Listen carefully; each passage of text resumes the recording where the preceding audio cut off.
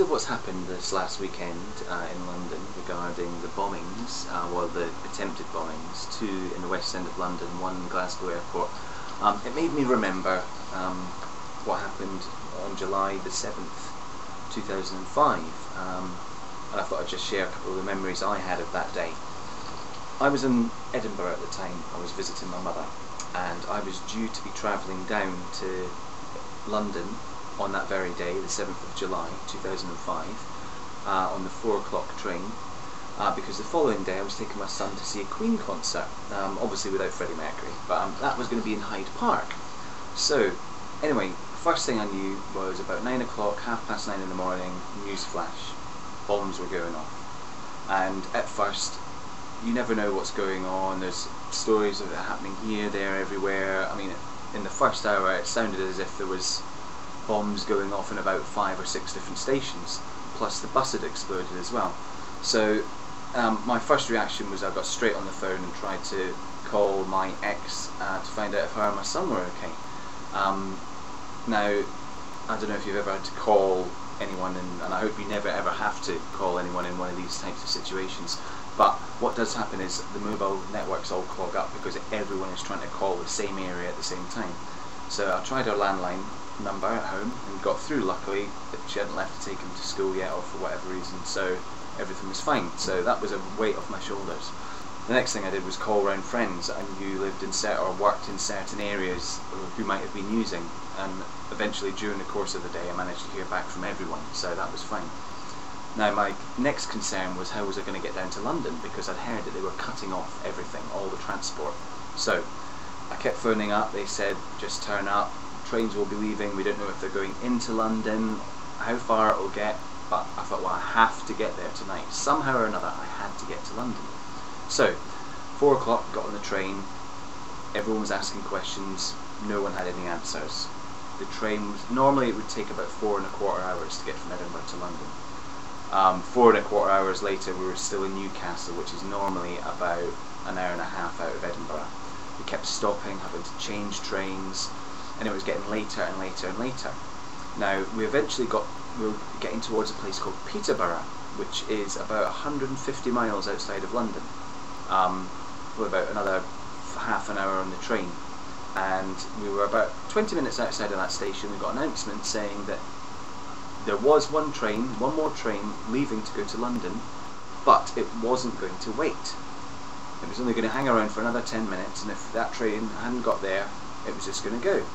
So everyone was huffing and puffing, and I was just going mad. I thought, I can't be stuck in Peterborough overnight, I don't know anywhere, all the B&Bs will be shut by this time, because I can't remember what time it was, but it was late anyway. I thought I just have to get there, so I went up to the conductor, the woman, and I literally got down on my hands and knees and I said, please, please, please, can you phone the train ahead and ask them just to wait until we get there? I says, I have to get there, so many people on this train. And I literally did get on my knees and ask her, and she was so snotty. She was like, well, I can only try, I'll try. She got on her radio.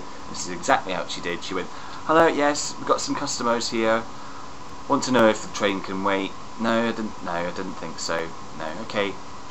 If she'd wanted to ask nicer, she could have, but she didn't. Anyway, I was fuming. I thought, there's no way I will get to London tonight.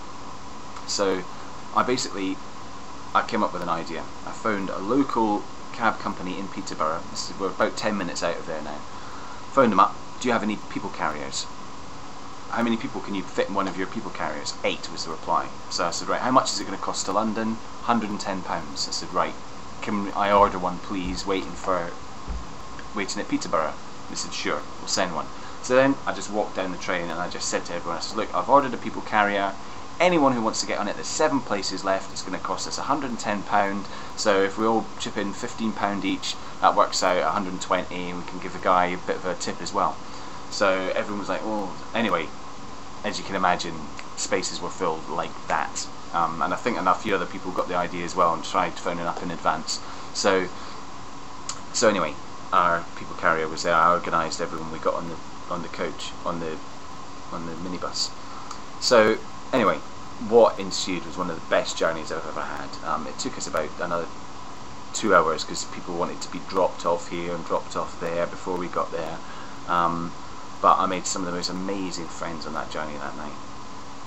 Anyway, I eventually got into London. It must have been about 4 o'clock in the morning. I was with this one American guy. He didn't know where on earth he was, so I travelled across London with him, made sure he got to his right where he was supposed to be going. He was only a young lad, he was only about 17, backpacking. So helped him off. Anyway, you know what one of the most amazing things was that day? Was I was in London, and the atmosphere.